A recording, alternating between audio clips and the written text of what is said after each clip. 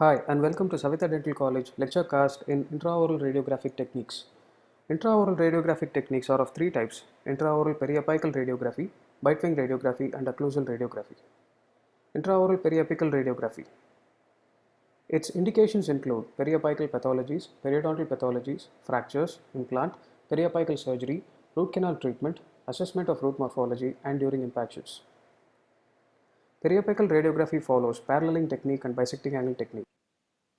Paralleling technique. The image receptor is placed parallel to the long axis of the teeth and the X-ray beam is directed perpendicular to the long axis of the teeth and the image receptor. Bisecting angle technique. It is based on the principle which states two triangles are equal if they share one common side and two equal angles, and this is called Szyszynski's rule of isometry.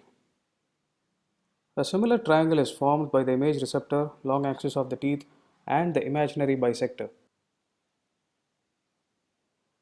The X-ray beam is directed perpendicular to the imaginary bisector.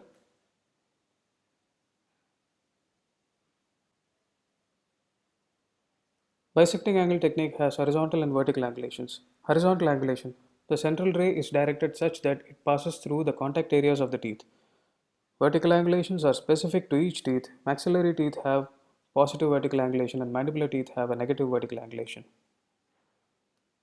Bitewing radiography. It is indicated for assessment of proximal caries, assessment of restorations, and periodontal assessment.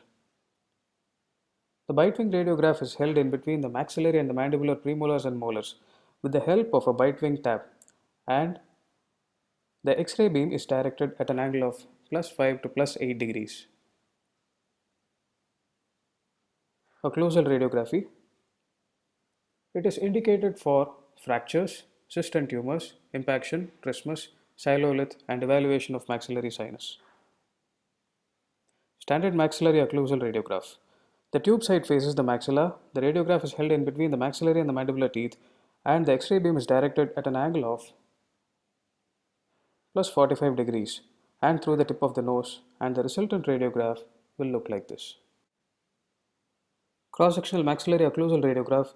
Here the central ray is directed at an angle of +65 degrees and through the bridge of the nose, and the resultant radiograph would look like this. Oblique maxillary occlusal radiograph. The central ray is directed through the lateral canthus of the eye and directed towards the center of the image receptor at an angle of +60 degrees, and the resultant radiograph looks like this. Standard mandibular occlusal. The tube side faces the mandible. The central beam is directed through the tip of the chin at an angle of -45 degrees, and the resultant radiograph would look like this. Cross-sectional mandibular occlusal.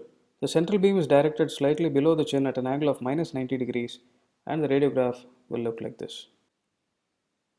Lateral mandibular occlusal. The short dimension of the image receptor is placed towards the side of interest, and the central ray is directed at an angle of 90 degrees and below the chin, and the resultant radiograph would look like this. Faulty radiographs. Light radiograph is due to inadequate exposure or developing. Dark radiograph, excessive exposure or developing. Blurring, movement of the image receptor or the patient during the exposure. Insufficient contrast is due to underdevelopment or underexposure or excessive KVP. Film fog is due to light leakage. Yellow stains are due to improper fixing. Reversal of film packet results in tire track appearance or herringbone pattern appearance. White spots is due to fixer contamination before developing. Dark spots if the film is in contact with the tank or developer contamination. Partial image is due to improper alignment of the tube head to the image receptor. Faulty radiographs in digital radiography. Damaged sensor is due to scratching of the sensor can result in artifacts. Non-uniform image density is due to the overlapping of PSP plates. Distorted image is due to excessive or inadequate vertical angulation.